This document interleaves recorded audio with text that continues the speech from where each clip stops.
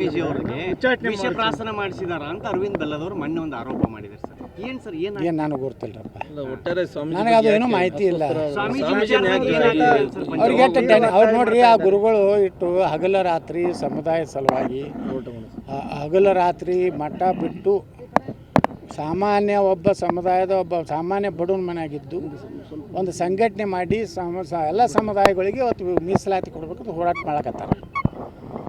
ಅವ್ರನ್ನ ಇದನ್ನು ಏನಿದೆ ಇದು ಹೆಂಗೆ ಇಲ್ಲಿ ನಮ್ಮಲ್ಲಿ ಇರುವಂಥ ಕೆಲವೊಂದು ಅಯೋಗ್ಯರು ಅವ್ರ ಅವ್ರ ಹೆಸರು ತೊಗೋಬಾರ್ದು ಅಂತ ಹೇಳ್ಯಾರಿ. ನಮ್ಮ ಹಿರಿಯರು ಅಯೋಗ್ಯರು ಹೊಲಸು ಮಂದಿದು ಮಾತಾಡಬಾರ್ದಂದಾರ. ಅದಕ್ಕೆ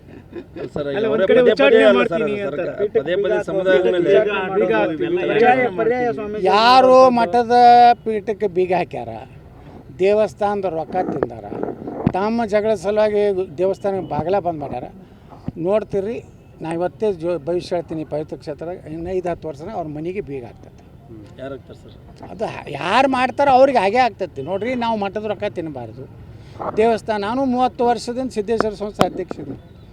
ಇನ್ನು ಗುರುಗಳ ಮುಂದೆ ಹೇಳಿದೆ, 1 ಕೋಟಿ ರೂಪಾಯಿ ಇದ್ದಿದ್ದು ಆಸ್ತಿ ಇವತ್ತು 350 ಕೋಟಿ ರೂಪಾಯಿ ಆಸ್ತಿ ನಾವು ಮಾಡೀವಿ. ಏನು ವ್ಯಾಲ್ಯೂಯೇಷನ್ ಇವತ್ತು, ಅವತ್ತು 1 ಕೋಟಿ ಇತ್ತು ನಾ ಅಧ್ಯಕ್ಷ. ಇವತ್ತು ನನಗೆಲ್ಲ ದೇವ್ರು ಚಲೋ ಮಾಡ್ಯಾನಿಲ್ಲ.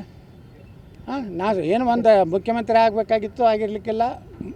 ಭ್ರಷ್ಟ ಯಡಿಯೂರಪ್ಪನ ಕೈಯಾಗ ಮಂತ್ರಿ ಆಗಬಾರ್ದಿತ್ತು. ಅದು ನಾನು ನನ್ನ ದೇವ್ರು ನಡೆಸ್ಯಾನ. ಅದಕ್ಕೆ ನನಗೇನೂ ಆಗಿಲ್ಲ. ಯಾಕೆ ಆಗಿಲ್ಲ ಅಂದ್ರೆ ನಾನು ಏನೋ ಅಲ್ಲಿ ದೇವಸ್ಥಾನ ಇನ್ನೂ ನಾನೇ ರೊಕ್ಕ ಹಾಕಿ ಬರ್ತೀನಿ, ಅಲ್ಲಿ ರೊಕ್ಕ ತಿನ್ನೋದಿಲ್ಲ.